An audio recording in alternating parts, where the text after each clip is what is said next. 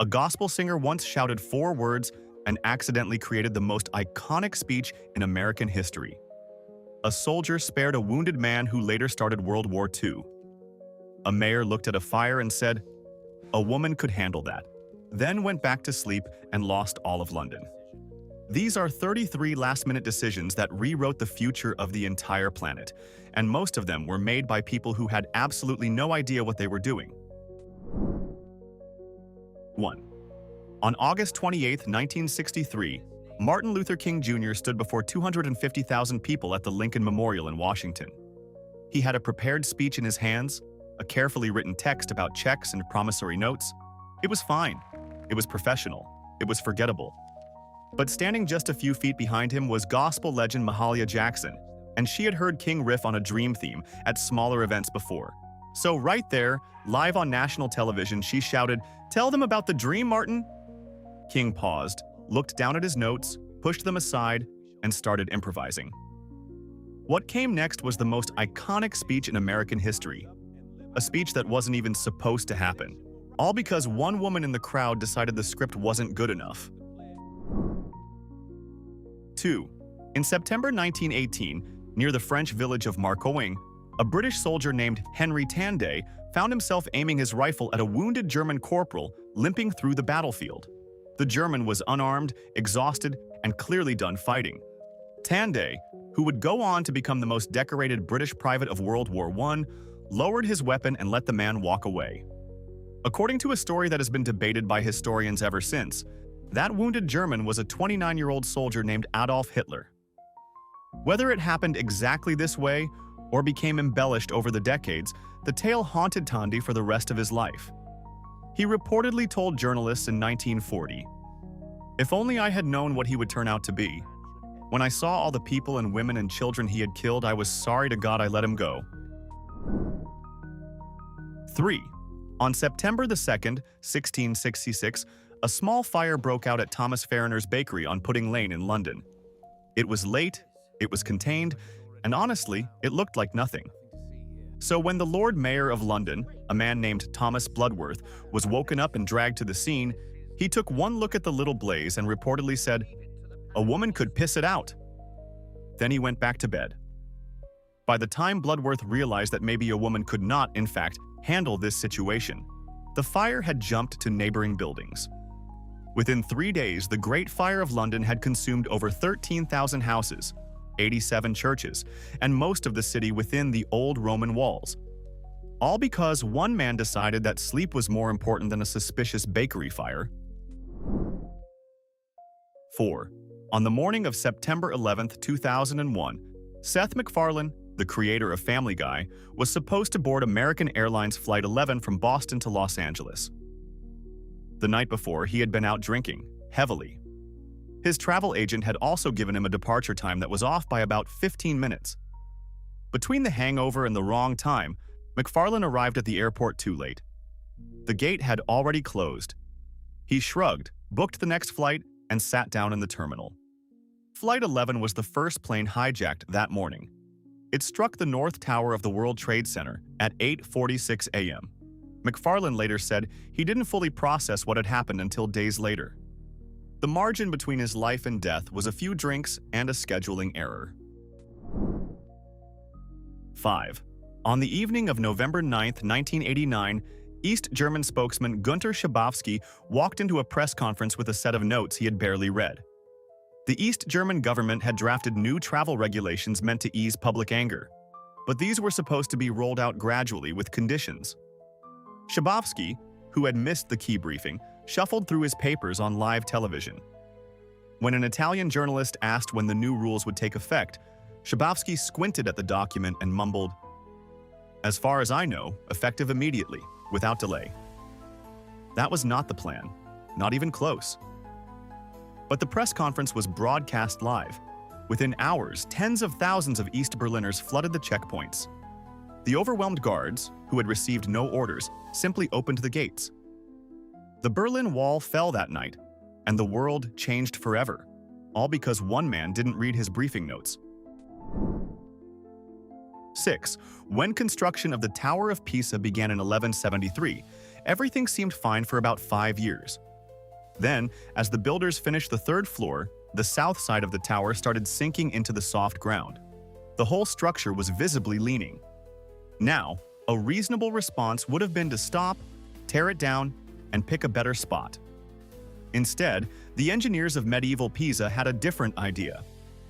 They decided to just keep building, but they made the upper floors slightly taller on one side to compensate for the tilt. The result was not a straight tower. The result was a curved, banana-shaped tower that still leaned. Construction took nearly 200 years because they kept stopping and hoping the soil would settle. It never fully did. And now, 800 years later, millions of tourists travel to Italy to take the same photo pretending to hold up a building that exists purely because medieval engineers were too stubborn to start over. 7. On July 20, 1969, as the Apollo 11 lunar module Eagle was descending toward the surface of the moon, every alarm in the spacecraft went off.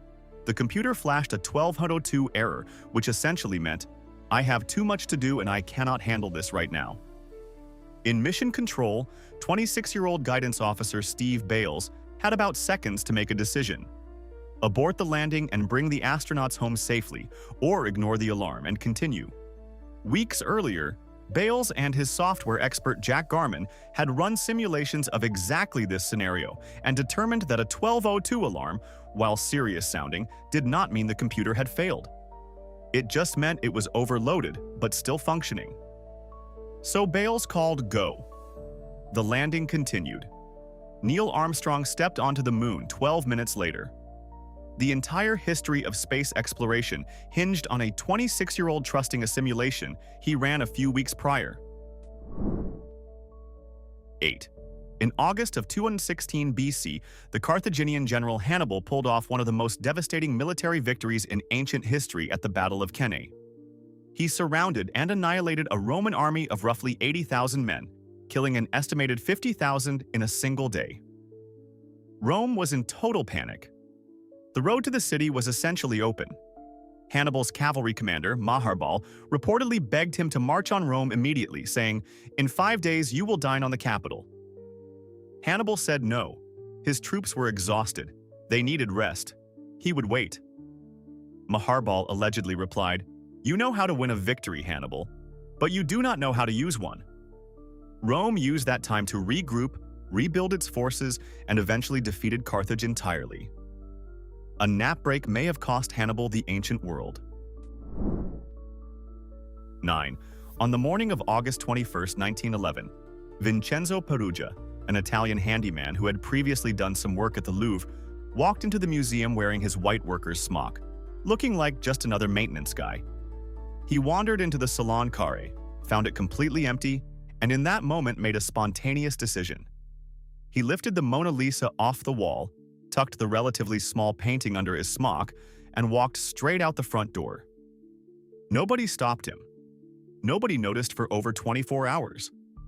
The painting was missing for more than 2 years before Peruggia tried to sell it to a gallery in Florence. Here is the thing. Before the theft, the Mona Lisa was just one of thousands of paintings in the Louvre. Not even the most famous one. The global media frenzy over its disappearance is what turned it into the most recognized painting on Earth. 10. In June 1791, King Louis XVI and Queen Marie Antoinette attempted to flee revolutionary Paris in the middle of the night. The plan was solid. A loyal Swedish count had arranged fast horses and a discreet route to a royalist stronghold near the border. But Marie Antoinette refused to ride in a small, fast, inconspicuous carriage. She insisted on a massive custom-built berline, a luxury coach roughly the size of a small apartment, complete with a wine cellar, a chamber pot, and enough room for the royal family and their attendants. This enormous carriage moved painfully slowly and was impossible to miss on the road. It fell behind schedule by hours. Locals recognized the king's face from coins. The royal family was arrested at Varennes, dragged back to Paris, and eventually both the king and queen lost their heads to the guillotine. Comfort over speed was, quite literally, a fatal decision. 11. In September 1928, Scottish biologist Alexander Fleming was rushing to leave his lab at St. Mary's Hospital in London for a vacation. In his haste, he left a stack of Petri dishes unwashed on his workbench, cultures of Staphylococcus bacteria just sitting there, open and unattended. When Fleming returned weeks later, he noticed something strange. One of the dishes had been contaminated by a mold, and around that mold, the bacteria were dead. Instead of throwing it away like a normal person cleaning up after a messy vacation, Fleming got curious. He identified the mold as Penicillium notatum, and the substance it produced would eventually become penicillin, the world's first mass-produced antibiotic that has since saved an estimated 200 million lives. All because one scientist was too lazy to wash his dishes before going on holiday. 12. Just before the Titanic's maiden voyage in April 1912, the White Star Line made a last-minute crew shuffle. Second Officer David Blair, who had been assigned to the ship, was reassigned to another vessel. In the rush of leaving, Blair accidentally took with him the key to a small locker on the bridge. Inside that locker were the binoculars meant for the lookouts in the crow's nest. Without binoculars, the two lookouts, Frederick Fleet and Reginald Lee, had to rely on their naked eyes to spot obstacles on a moonless night in the North Atlantic. Fleet later testified that with binoculars, he could have spotted the iceberg soon enough to steer clear. One man's forgotten key may have been the difference between the Titanic arriving safely in New York and becoming the most famous shipwreck in history. 13. In 1919, at the Paris Peace Conference following World War I, a young Vietnamese man named Nguyen Quoc submitted a petition to American President Woodrow Wilson. The petition was modest. It asked not for full independence from France, but simply for basic civil rights and self-determination for the Vietnamese people, ideas that Wilson himself had championed publicly. Wilson never responded. He never even acknowledged the petition. The young man was completely brushed aside by the Western powers. That young man later took the name Ho Chi Minh, became one of the most influential revolutionary leaders of the 20th century, and led Vietnam in a decades-long fight that eventually drew the United States into the Vietnam War. Over 58,000 American soldiers and millions of Vietnamese died in a conflict that might have taken a very different path if one president had simply agreed to a short meeting. 14. In 1975, a carpenter named Harrison Ford was working at the offices of Francis Ford Coppola, installing a custom door as a favor to Coppola's art director. At the same time, George Lucas was using that same office space to hold casting auditions for an upcoming science fiction film called Star Wars. Lucas needed someone to read lines off-camera with the actors who were actually auditioning, just a body to bounce dialogue off of. The guy he had originally hired for the job did not show up. So Lucas looked around, spotted the carpenter working on the door, and asked him to fill in. Ford sat down and started reading the lines of a smuggler named Han Solo, a character who was supposed to be charming, sarcastic, and effortlessly cool. He was so naturally perfect for the role that Lucas eventually threw out his own rule of not casting anyone from his previous film, American Graffiti, and gave the carpenter the part. 15. On March 13, 1881, Tsar Alexander II of Russia was riding through the streets of St. Petersburg in his armored carriage when a member of the revolutionary group known as the People's Will threw a bomb at his vehicle. The explosion damaged the carriage and killed a bystander, but the Tsar himself was unhurt. His guards immediately urged him to keep moving, to get to the Winter Palace as fast as possible. But Alexander made a fatal split-second decision. He stepped out of the damaged carriage to check on his wounded guards and survey the scene.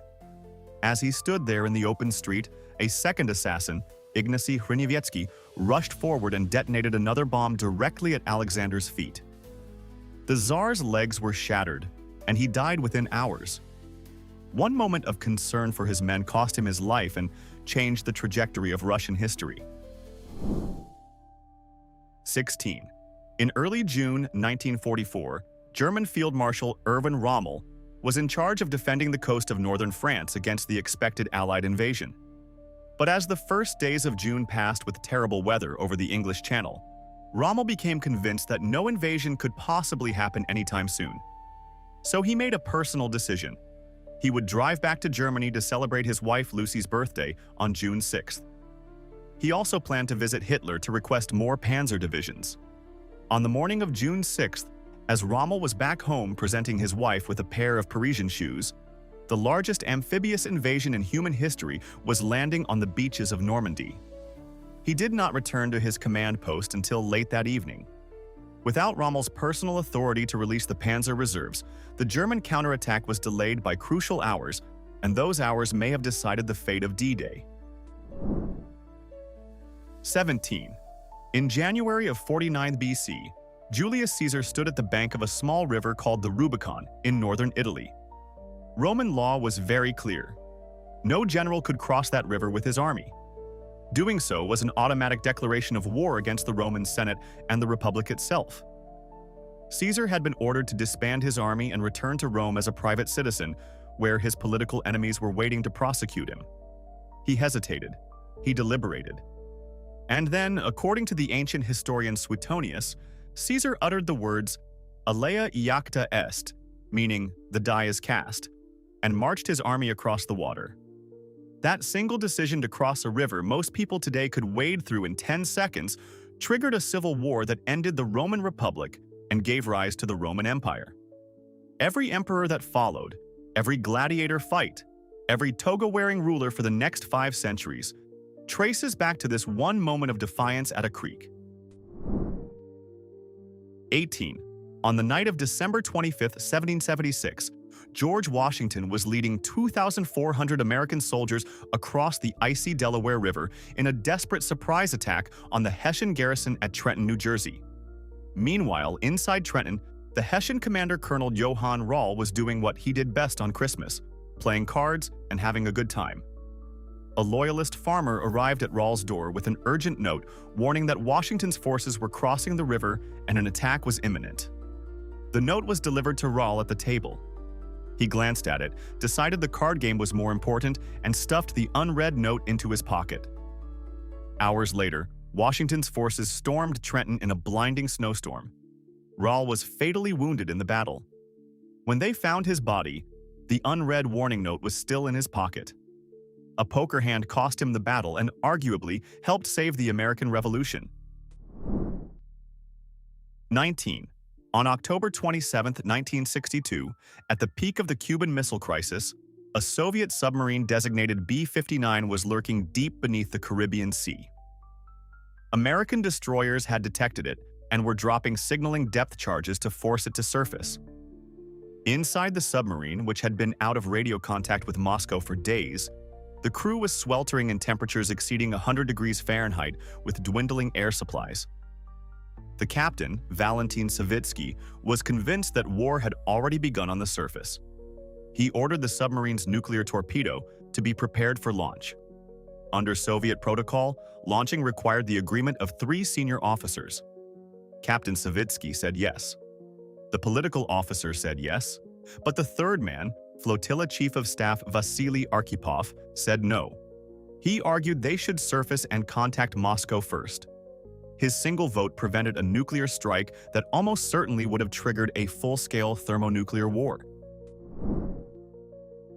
20.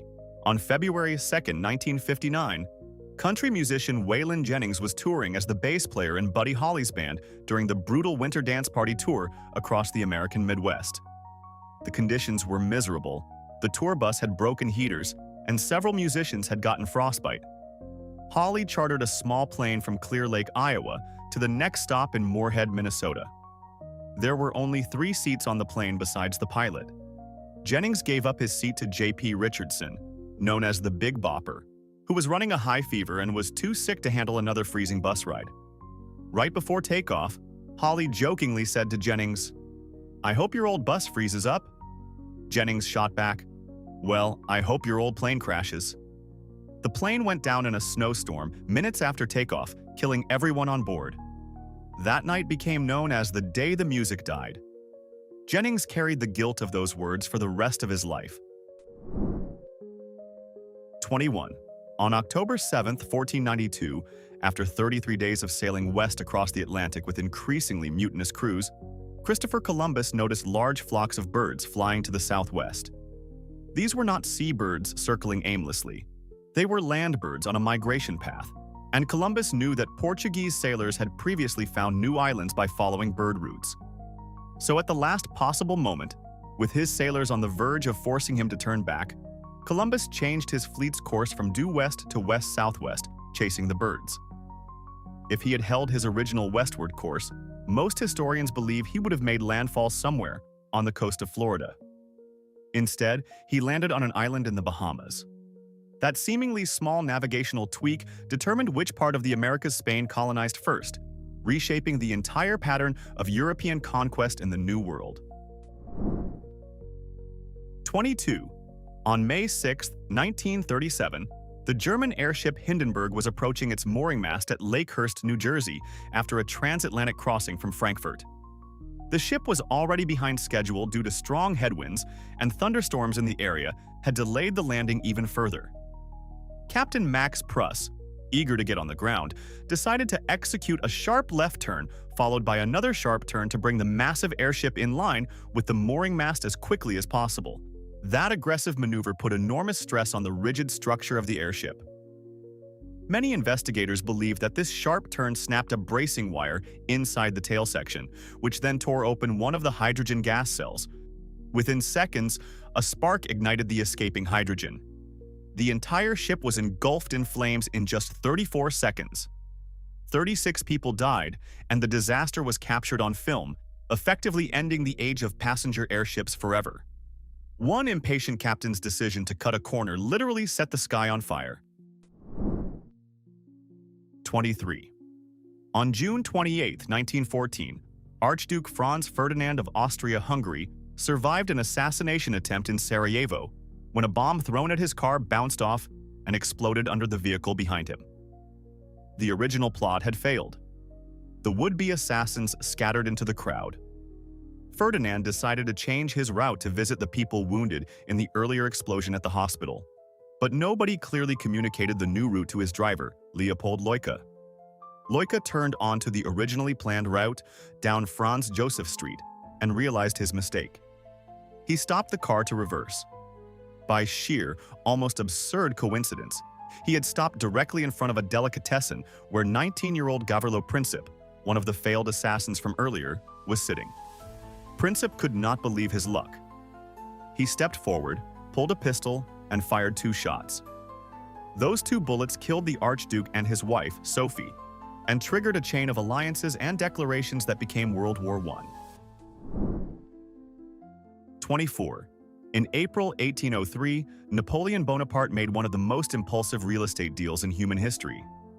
France had recently reacquired the massive Louisiana territory from Spain, and Napoleon had grand plans for a French empire in the Americas.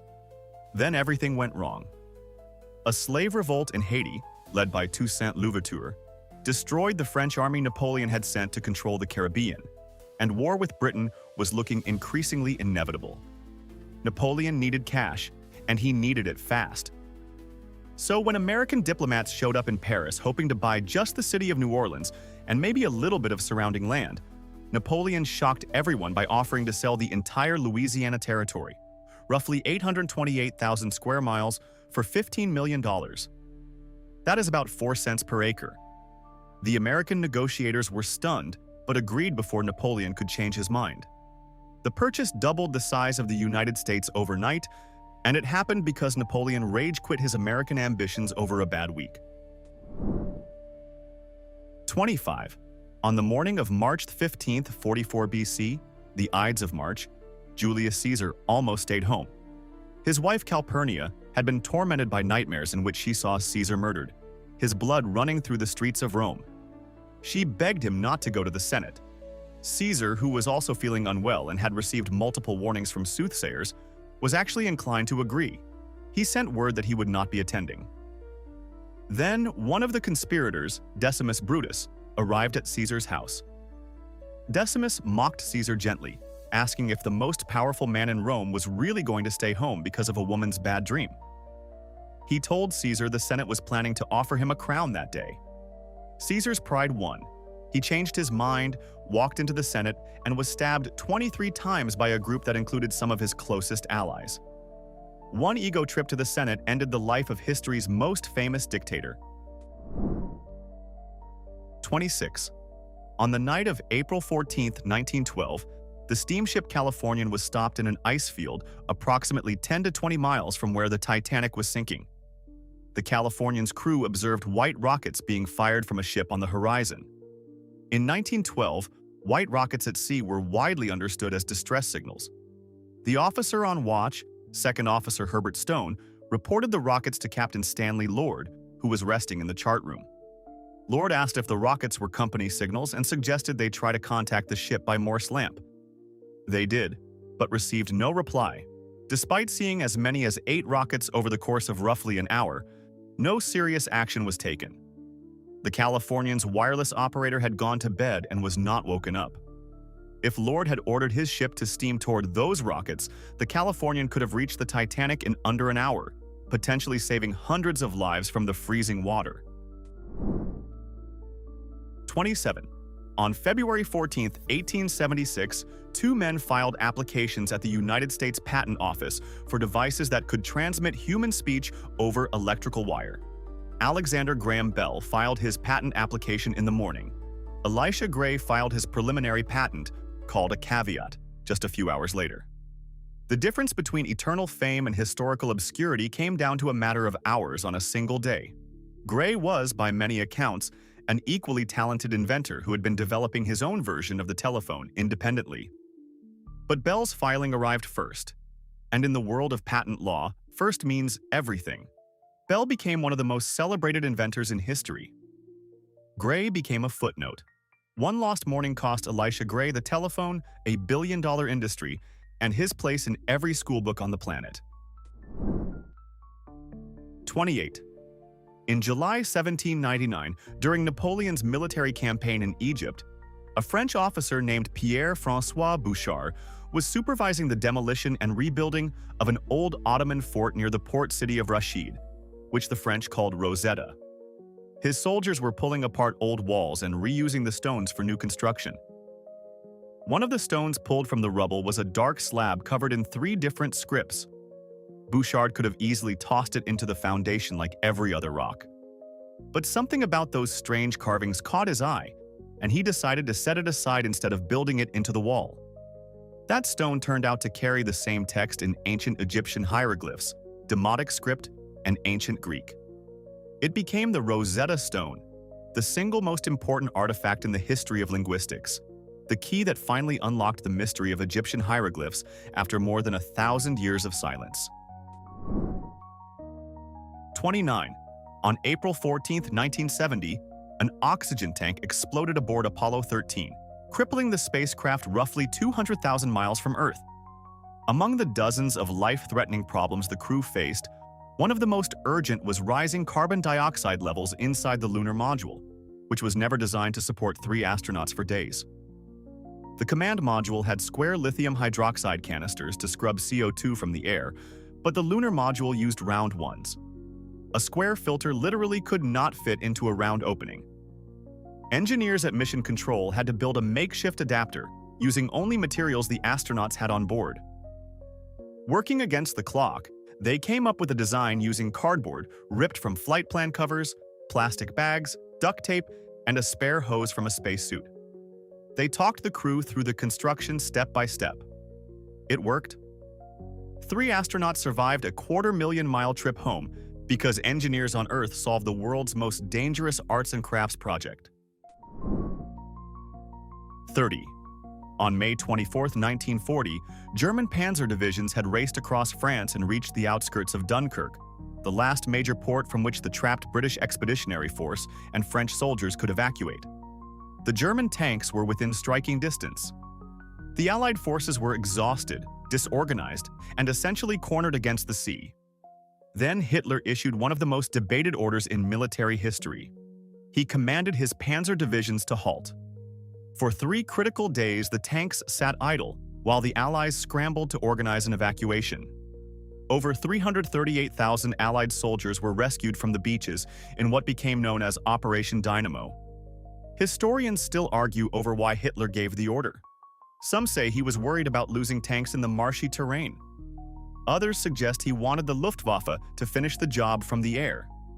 Whatever the reason, those 3 days of inaction gave Britain the army it needed to keep fighting. 31. On the morning of November 22, 1963, it was raining in Dallas, Texas, and the Secret Service had fitted President John F. Kennedy's Lincoln Continental limousine with a transparent plastic top known as the bubble top. It was not bulletproof, but it would have at least partially obscured the view of anyone trying to aim at the occupants. As the presidential motorcade was being prepared, the rain stopped and the skies cleared. Kennedy, who loved connecting with crowds and wanted to be seen, ordered the bubble top removed. The limousine rolled through Dealey Plaza as an open car. At 12:30 p.m., shots rang out from the Texas School Book Depository. Whether the bubble top would have actually stopped a bullet remains debated, but it would have changed the sight lines and the trajectory calculations for any shooter. One weather change and one presidential preference turned a protected ride into an open target. 32. In the spring of 1945, as the United States prepared to deploy the atomic bomb against Japan, a target committee of military officials placed the city of Kyoto at the very top of the list. Kyoto was a major industrial center with a large population, and it had been deliberately left unbombed throughout the war, making it ideal for demonstrating the full destructive power of the new weapon. But Secretary of War Henry Stimson repeatedly and firmly objected. Stimson had visited Kyoto twice during trips to Asia in the 1920s and deeply appreciated its cultural and historical significance as the ancient imperial capital of Japan. He personally went to President Truman and argued that destroying Kyoto would generate lasting bitterness that would undermine post-war relations. Truman agreed. Kyoto was removed from the list, and the bomb that was earmarked for it was redirected to Nagasaki. One man's personal attachment to a city's beauty saved it from nuclear destruction and reshaped the target list that changed the world. 33. On September 26, 1983, just 3 weeks after the Soviet Union had shot down a Korean civilian airliner, tensions between the superpowers were at a razor's edge. Lieutenant Colonel Stanislav Petrov was the duty officer at the Serpukhov 15 Command Center, monitoring the Soviet nuclear early warning satellite system.